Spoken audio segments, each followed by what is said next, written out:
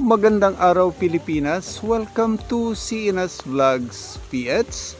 Ipapakita ko sa inyo ang bahaghari dito sa aking munting bukid.